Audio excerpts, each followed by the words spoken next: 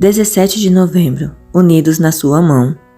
E tu lhes dirás, assim diz o Senhor Deus, eis que tomarei a vara de José que esteve na mão de Efraim, e as da tribo de Israel, suas companheiras, e as ajuntarei à vara de Judá, e farei delas uma só vara, e se tornarão apenas uma na minha mão.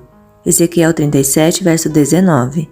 Enquanto pastor distrital, deparei-me um dia com uma igreja completamente desunida.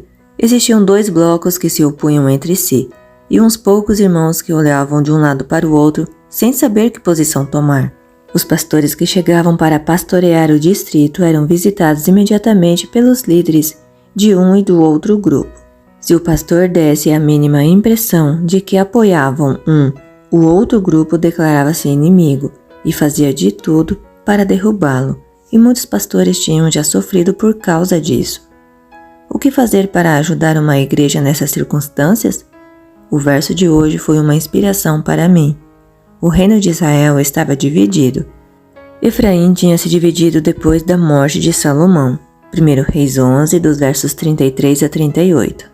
Essa divisão, embora trágica, serviu para proteger de alguma maneira o reino de Judá da idolatria que arrasou o reino do norte, Israel. Naquela divisão, aparentemente, Judá estava com a razão e Israel estava errado. Mas o tempo provou que Judá também estava errado. Também caiu na completa apostasia, que trouxe como consequência o exílio. Uma casa dividida não pode sobreviver. Não é o plano de Deus que seus filhos andem em grupos. Ele só tem um corpo e quer que todos os membros do seu corpo marchem em harmonia.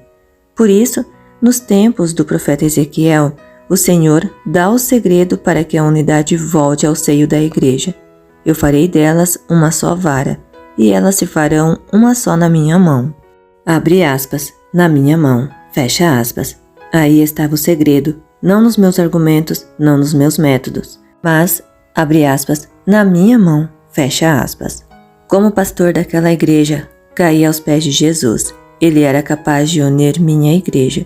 Só ele poderia operar o milagre de derreter aqueles corações orgulhosos que estavam caídos no perigo de cometer o pecado contra o Espírito Santo, ao permitir que a situação se prolongasse por tanto tempo.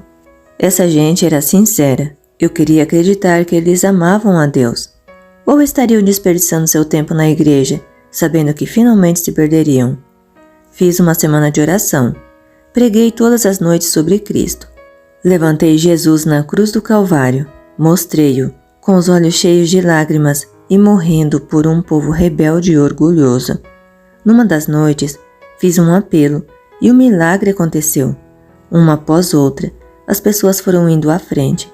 Abraçavam-se umas às outras, pediram-se perdão. Do púlpito, podia ver as 2 varas, feitas uma só, nas mãos de Jesus. Poderá acontecer o mesmo milagre no seio de nossa família? Na escola onde trabalhamos? No escritório, talvez?